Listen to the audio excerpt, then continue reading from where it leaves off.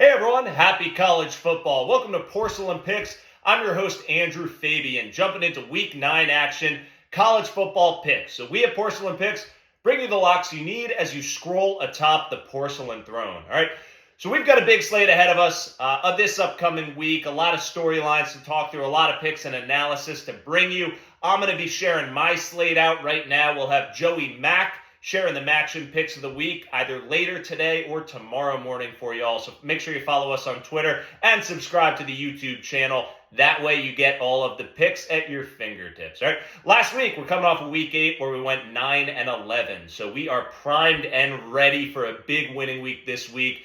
We come to you at 73, 54, and 1 as an overall record. So we continue to cash it for you week in and week out, and we pose that we will be doing that again this week. All right, so let's jump into the noon action. We've got a lot of games to run through. I'm going to start with Penn State. Coming off a really terrible defeat at the hands of Ohio State last week. So James Franklin and the coaching staff, a lot will be on them to fix a few things. Hopefully get Drew Aller some attempts downfield to just air the ball out.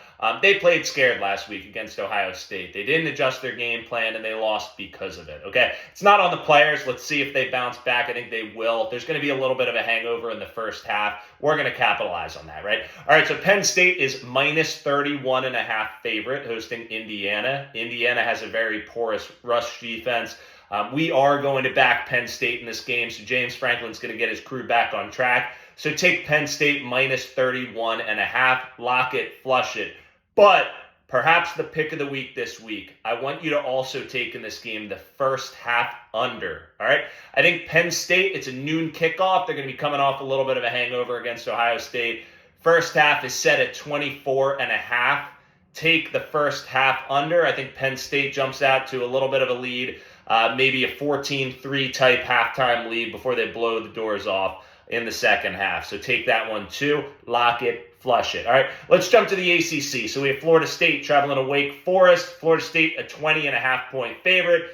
Jordan Travis is having a Heisman hopeful type performance this season. So he's got his weapon, Johnny Wilson, back on the outside. So watch Jordan Travis airing it out against Wake Forest. Wake is having a down year this year. They've had a couple of great seasons over the last 5 years, but this is not the year that Wake Forest is going to get it done. They have a porous defense. I think Florida State is gonna be a little bit slow out of the gate this game as well, but I think they'll pour it on in the second half and cover this spread. Take Florida State minus 20.5, lock it, flush it. Let's go Big 12 action. We've got Oklahoma traveling to Kansas to face the Jayhawks. Kansas is going to be without Jalen Daniels, their stud quarterback. They're going to have Jason Bean playing. Bean has played pretty well in the backup role that he's had to perform in so far this season, but Oklahoma and Dylan Gabriel have been airing it out. These guys are on fire. I think this is a big stage for them playing at Kansas. Kansas sometimes pulls the upsets. I don't think that happens here. This spread is set at 9.5 points. I see Dylan Gabriel passing for over 300 yards and a couple touchdowns in this game. Take Oklahoma minus 9.5, lock it, flush it. I also do think the defenses are going to show up in this game a little bit. Oklahoma has had a stout defense against the run. I think Kansas is going to need to try to run the ball. I don't see that happening. Take the under 65.5, lock it, flush it. It's a noon game. There's going to be some wind. I'm confident in that one. All right, let's go to the 3:30 matchups now. So we've got Oregon traveling to Utah. Utah, 6.5-point dog coming up off that huge win at USC. A backup quarterback plan. So we know that Bryson Barnes, the pig farmer, playing quarterback for Utah. What a story this guy is, filling in this season. He's 6-1 right now. Utah's a fun team to watch. I've been backing them all year. I think this is a complete team with a solid defense. I also think Oregon is one of the most complete teams in the Pac-12. You hear a lot about Bo Nix, but this running game is really firing on all cylinders so far this season.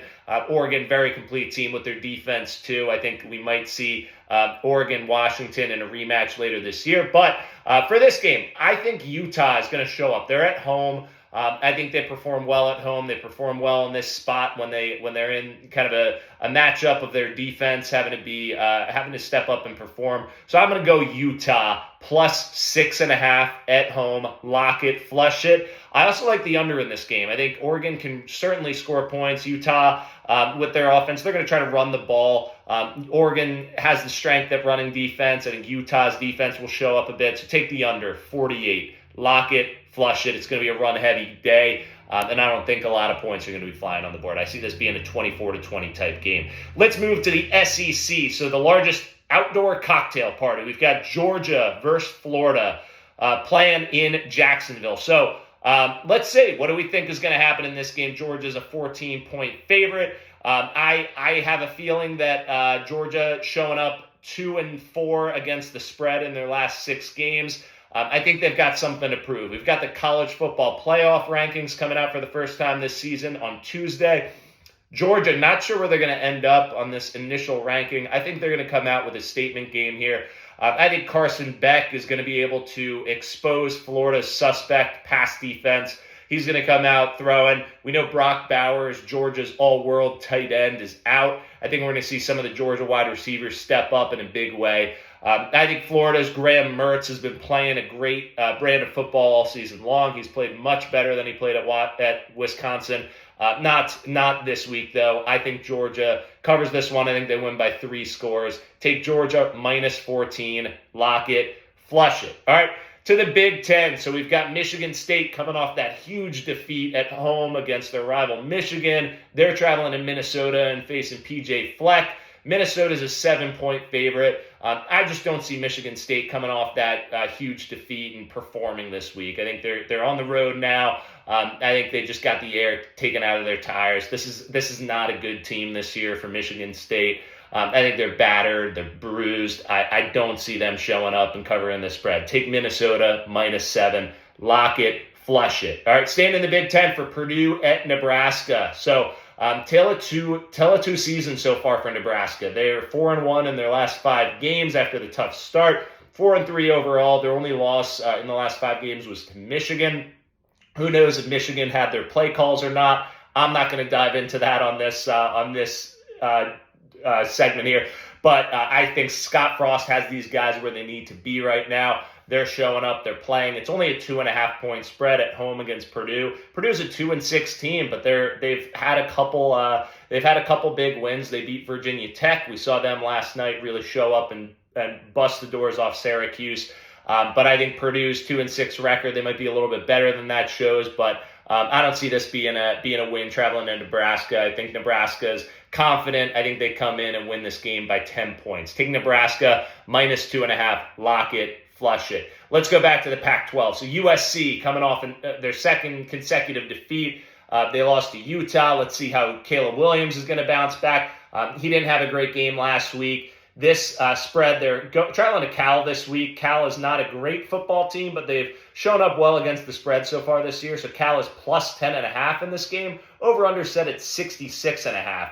I think this game is going to be a little bit closer than people think, a little bit closer than the spread indicates. I'm not sure that Caleb Williams' heart is in to this football season anymore. He's got his Heisman Trophy last year. This team is not going anywhere this year. I think this is a dud of a game for USC in this spot. I think Cal shows up. I think Jaden Ott, their running back, gets rolling. Take Cal plus 10.5. Lock it, flush it. I also want you to take the over in this game. USC's defense is terrible. I think they will move the football, though. They've got a lot of weapons, a lot of guys with things to prove on an individual level, even though the team meshing is not there. So take the over in this game, 66.5. Lock it, flush it. All right, let's go to the night games now. So we're going to bounce back to the SEC. We've got Tennessee traveling to Kentucky, playing on the Bluegrass to face the Kentucky Wildcats.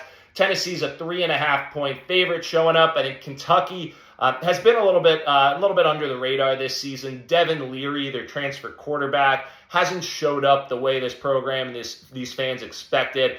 Their running game has really been the strong suit so far this season. I think on Tennessee's side of the game, they've got some consistency with Joe Milton. I think he's been being a pretty good player. He's been running the football pretty well at the quarterback position. I think their stable of running backs is also pretty strong. Kentucky's ranked 9th in the SEC in total defense this year. That has been a strength of theirs in the past.